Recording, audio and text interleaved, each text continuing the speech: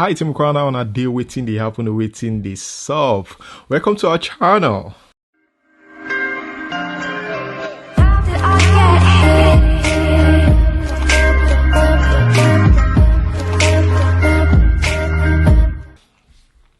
Alright guys, here we're gonna quickly talk about the boxing between Deontay Wilder and Fury. Now this time it's not details, okay? We're not talking about the fight itself, we're talking about the excuses. Remember Deontay Wilder said there's no excuses, but I'm just surprised to see this. He is giving excuse, and guess what? He said his costume was too big for him, that his costume weighs 40 plus pounds, and that is why he lost balance while fighting Fury. This is very, very ridiculous. So Deontay Wilder is blaming his costume for the loss. He said, I paid a severe price because my legs were how they were because of my uniform. My uniform was way too heavy. The costume he wore, he said it was 40 plus pounds. We had it on 10 or 15 minutes before we even walked out and then put the helmet on. It's funny that this guy is blaming the costume. This is a guy that talk trash, says everything crazy about Anthony Joshua. You know, said he's going to knock down Anthony Joshua and all that. He said he's going to even knock down, I think Mike Tyson during his prime. He said if he was around during Mike Tyson's prime, he's going to knock down Mike Tyson. Can you imagine, you know, this guy saying all of this? And he continued by saying that was extra weight, then the ring walk, then going up the stairs. It was like a real workout for my legs. When I took it off, I knew immediately that game has changed. Deontay Wilder needs to just chill. And this is why I like Anthony Joshua. Okay, no excuses. Anthony Joshua don't give excuse. And people say, oh man, you don't like Anthony Joshua, go to hell, blah blah blah. Man, that one in our own business. Okay, I'm just giving out my own opinion. That doesn't mean I don't like him as as a fighter. All right, that is my own opinion. Your opinion is different from mine, and I'm not going to hold you for that. Well, Anthony Joshua, one thing, like I said, Anthony Joshua took his loss, like a man. But this one, the excuses that this guy is giving is just very, very ridiculous. Fury landed his first serious punch on Wilder's ear. That punch was surely what paralyzed Deontay Wilder. I mean, your ear is the equilibrium. Same thing happened between Anthony Joshua and Andy Ruiz. When they land a serious punch on that equilibrium, you lose balance all through the fight. You become like a vegetable. You will be okay, but the whole body is gone. Where there might be another rematch between these two, because the contract states that the loser have 30 days to activate the rematch clause for the third fight. Even though Wilder wants the match to happen again the third time, Fury might decline. All right, guys, let us move on to the next one. Here we have Zlatan. Zlatan just dropped a new song titled "It's Life." The nice song, nice and simple video. Let me put it that way. In the song, it took us down memory lane. By the way, if you don't understand Yoruba, you might not be able to understand whatever he's saying in the video, because most of the things that he said were in Yoruba. Like I said, it took us down memory lane. During his days in Mapoli, he also talked about that. Mapoli is Moshood Abiola. Just watching and listening to the video, you could see that struggle in him, and you could see a man who is excited for the fact that he was able to conquer and become a star that's always wished to be.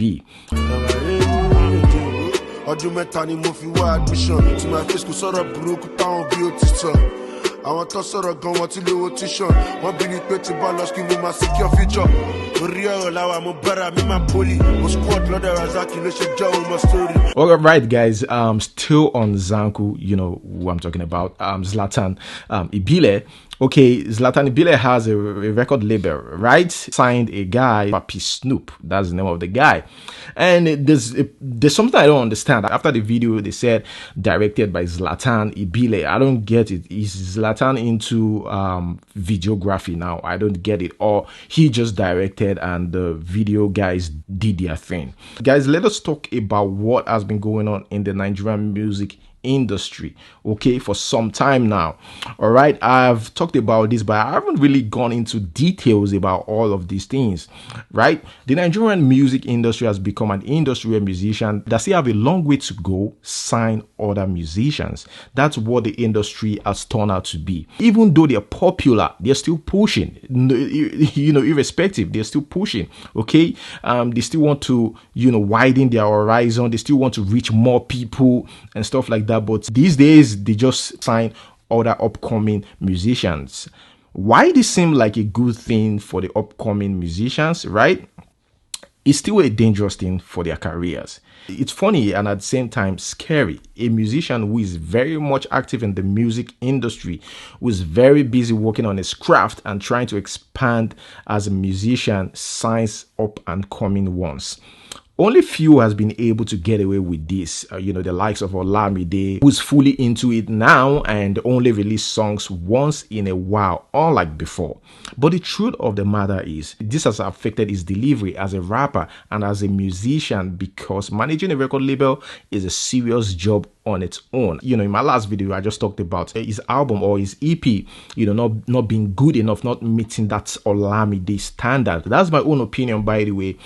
And I think it's because Olamide is just too busy. He's a busy man, busy with his artist. He has this guy now, Fireboy, who's one of the top guys in the industry right now. It's easy to think that you can do it, but then you start to realize that people like Don Jazzy are really working and not just having fun. When Kizz Daniel left his former record label, G Worldwide, he quickly created his own record label, Flyboy Inc. I think, Inc. Signed some artists like it's that easy, and almost immediately the said artist started having issues. He later realized that it is not just to sit down, call a designer to help you with a logo, and you just post it on social media and say, I have a record label now. No, it's more than that.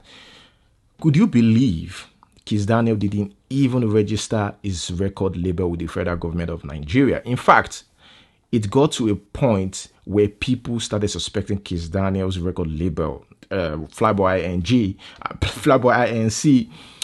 because the whole thing seemed like a fraud and a sham.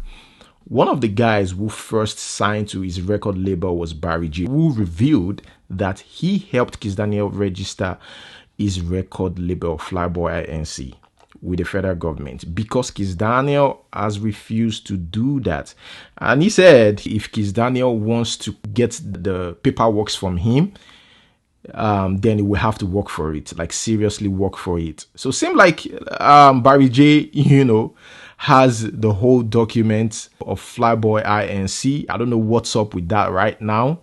Maybe they've settled it. I have no idea, but they are still on it. I think Barry J said before he could release it, they will have to go to court, or Kizz Daniel will have to pay him, for that. Barry J said he did that after he discovered that he has signed an illegal deal with Flyboy Inc. Demi V also had issues with, Kizz Daniel before they sorted it out. Did you sign a contract with Flyboy? What? Did you sign any contract with him? Yes, I signed a contract, but it was illegal. Wow. The Flyboy was not registered. I registered Flyboy. You registered Flyboy? Yeah. This is crazy. Yeah, very crazy to say. Crazy. That's one thing they don't know. You registered Flyboy? They gave me an illegal contract. I signed, and when I got to know, I almost sued. Don't let me call him a bitch on radio. Yeah, so I just... It is the way though. I noticed the label was not registered, then I registered with my own money. So I registered Flyboy. But now the question is, he's using Flyboy, so that's your company. I can't say it's my company. I just did it for him. If he wants the paper, come get it, boy. Let's use Wizkid as an example.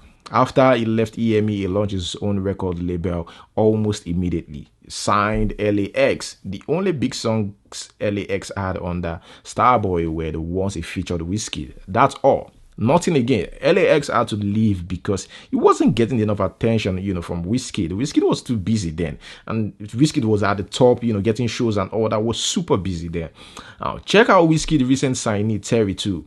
How many songs does he have so far? And how many songs does he even have in total? This just goes to show that there's a difference between being a good musician, having a large fan base, and being a brilliant and business-driven record label owner. They depend so much on their fan base that they forget that it is a different ball game running a record label. Now, people like Zlatan and Naira Marley have their own record label and signed artists under them. Now that they are in their prime, right? You know, everybody in Nigeria, most people in Nigeria know Zlatan, they know Naira Marley, but these guys, just immediately after getting this attention, they start up a record label and they sign artists. Here is my question.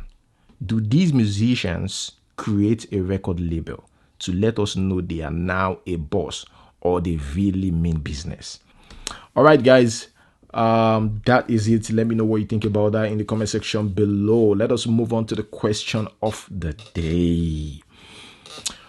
All right, which Nigerian artist do you think is not talented but lucky to get the fame? This question is kind of tricky. Again, which Nigerian artist do you think is not talented but lucky to get that fame? Put down your thoughts in the comment section below. Thank you for watching. Don't forget to like this video, and if you're watching me for the first time, make sure you subscribe. Until we see you next time, peace.